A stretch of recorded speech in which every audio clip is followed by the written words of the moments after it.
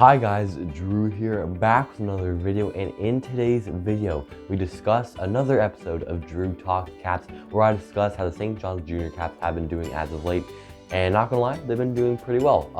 Now, they split these two games, as you probably have heard online, or if you haven't, they split the series, so we're going to a Game 7. Not to spoil it for you or anything, but what a series this has been. I'm gonna be quite honest with you. Series of probably one of the better series I've watched in my, I'll say, 4 or 5 years of loving the sport of hockey. So yeah, this has been an unbelievable series. Game 7, Thursday at 7 p.m. Be there. But before I talk about Game 7 in general, I want to recap Games 5 and Games 6. So we'll see how those two games went for the Junior Caps. As in Game 5, this is going to be honestly the toughest loss, I think, for the Junior Caps in their season. They lose 2-1 in OT. The one goal in this game was scored by Seamus Best. It was in the second period, I believe. Then it went into the third period. Adam Dawson scored the goal to tie the game up for CBN with about 10 minutes left, I'll say. And then it goes to OT, first OT, and then CBN wins it in double overtime.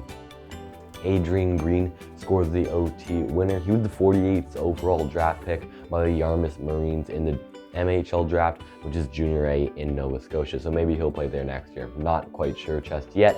Jack Barrington, unbelievable game from him. He made 33 saves on 35 shots and 9.43 save percentage. That one goal that was let in at the end was a bit of a tough one. I don't blame it on Barrington at all. He couldn't really see it. It was just a floater from the blue line. It didn't look like it got tipped, but it definitely hit a body in front. And then I think King was the one that celebrated, number 10 on CBN, but I don't think he was the one that scored the goal, not according to the SJJHL website. So Adrian Green gets credit for the OT GWG, as CBN has all the momentum heading into Game 6. But what happens in Game 6? The Junior Caps get the W. They win 2-1, not in overtime.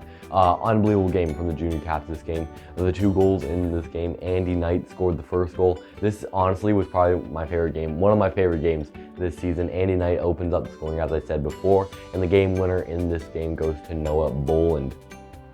This was my first time actually at Bay Arena for the first time ever. I wasn't there for their past few games at Bay Arena, but I was there for the game because I knew that was possibly the final game of the season for the Junior Caps.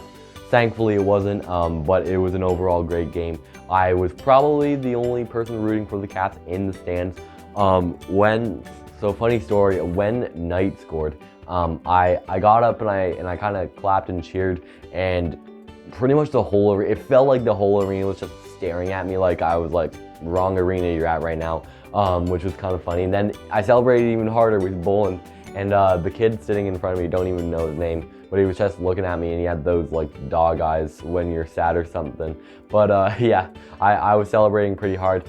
Caps come back into the locker room. They're all fired up and they are prepared and ready to take on CBN Thursday night. Scott Kirby, player of the game and probably his best game of his career this year. 49 saves on 50 shots is actually amazing for him to make all of those saves. Absolutely stood on his head. That's the Junior A experience there in a nutshell for Kirby. Unbelievable game from him. His save percentage was even better, a 980 save percentage. This guy has my vote for the Game 7 starter. It could be Barrington, it could be Hurley.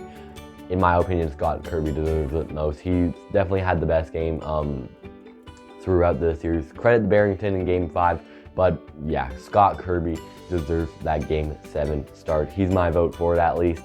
Unbelievable game from him. He got player of the game, as I said before. Great game from Kirby once again. And as I said before, my Game 7 vote. So yeah, Game 7, Thursday at 7 p.m. Make sure to get your tickets. I don't think it's online yet, but it should be at the marybrowncentre.ca. Just search up Mary Brown Centre box office. First link is usually where you can buy them.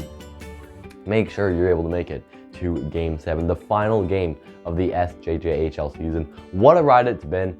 Being a part of the St. John's Junior Caps organization truly has been an awesome year, and I thank them for it because it's been crazy experience. And hopefully we can end it on a positive note as the Caps try to defend their title as 2025 Taylor Cup champs.